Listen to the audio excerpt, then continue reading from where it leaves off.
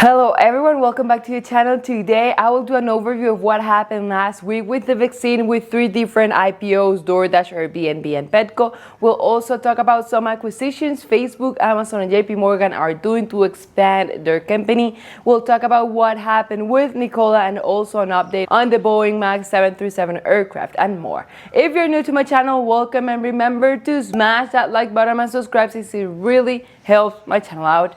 Also, I have a completely free Discord group chat, which the link for that is down in the description below. What an excellent week. The S&P 500 ended up by 1.79%, the Dow Jones 1.13%, and the Nasdaq ended up as well by almost 2%. The stock market climbed mainly because of the revival of stimulus negotiation. It is the first time since January 2018 that all of the four indexes closed at record high on the same day.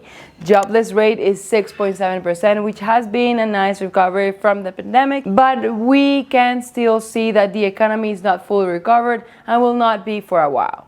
Now, even though we saw an excellent week in the stock market, the S&P 500 fell marginally from record high in the middle of the week just after Pfizer reported that they are dialing back its virus vaccine rollout since they are having some supply chain issues. Now, we have seen a lot of excellent companies going public or filing for IPO this year, and Doordash is one of them. They already announced that they are planning to sell 33 million shares on their IPO, which would give them a valuation of around $32 billion. And the offering price for the stock would be $75 to $85 per share. Obviously, they have raised their valuation by including stock options and restricted stock units since before they were aiming for a $27 billion valuation. Doordash, in my opinion, is a delivery company that has grown massively in the last few years. As you can see, they used to only have 17% of market share back in 2018, and just 2 years later, they have over 50% of total market share. So yes, they are bigger than Grubhub, Postmates, and even Uber Eats. Their revenue more than doubled from 2018 to 2019, and as of September 30th, 2020, their revenue grew over 225% year-over-year. Obviously, that is impressive as they benefited from the pandemic since everyone was ordering food from home. They are not profitable, but they have been improving as well. So I'm very anxious to know how they end up in 2020. The thing is that while I was researching this IPO, I found out on Weibo that they now have a price range of between $90 to $95 per share, which means that they will go public with a higher valuation.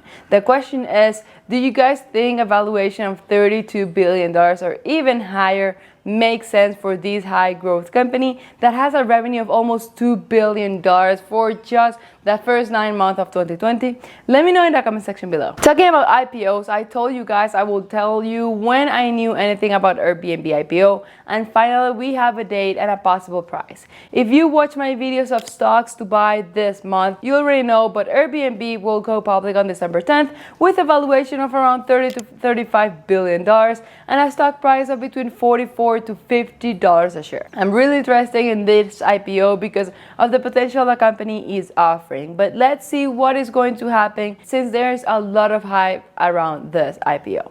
Next IPO is Petco, a famous pet retailer company that filed to go public this past week with a very nice ticker symbol WOOF, WOOF.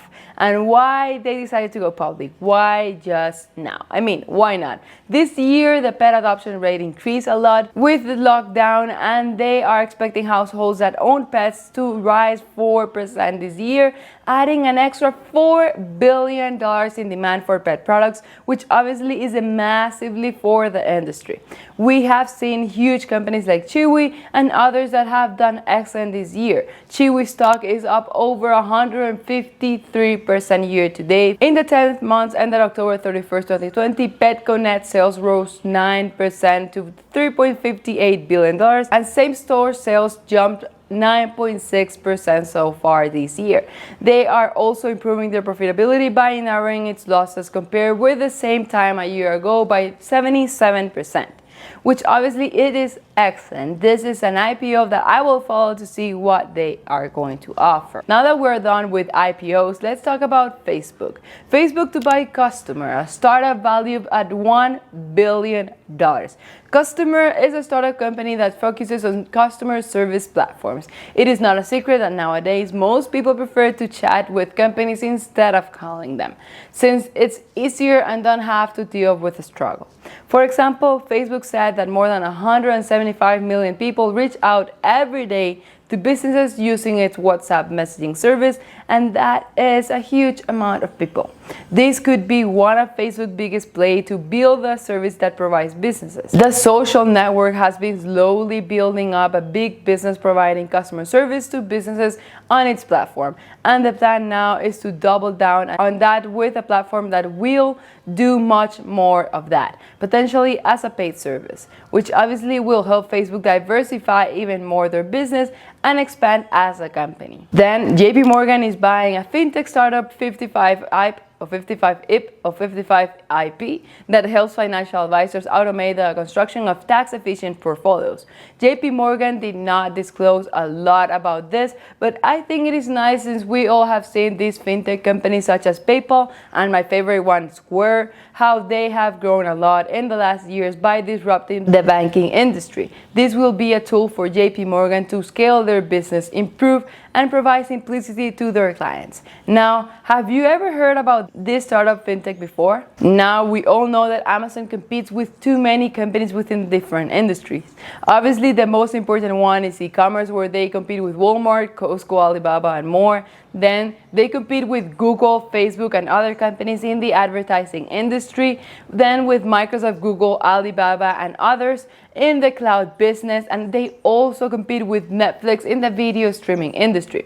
And also with UPS and FedEx in the logistics and delivery industry. And now they are in talks to buy podcast maker Wondery at over $300 million. 75% of this company's revenue comes from advertising, and the rest from licensing to TV, to subscription services like Audible and Stickers Premium, and the Wondery's owns premium subscription service. You guys know that Amazon is currently my biggest position in my portfolio. Since when I revealed my portfolio a long time ago, like 2 or 3 months ago, it was about 45% of it, but now it represents 33.40% of my portfolio, which is still a huge amount, but I have been investing in other companies, so that's why it has decreased.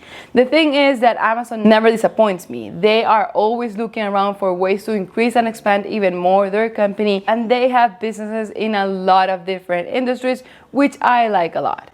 Now, it is time to talk about Nikola Motors. This is definitely a company I have never liked and have always seen very sketchy, but after all that happened, General Motors will no longer take a stake in Nikola. To be clear, General Motors still intends to provide Nikola with full cell technology, but it has canceled their plans to take 11% stake in the company.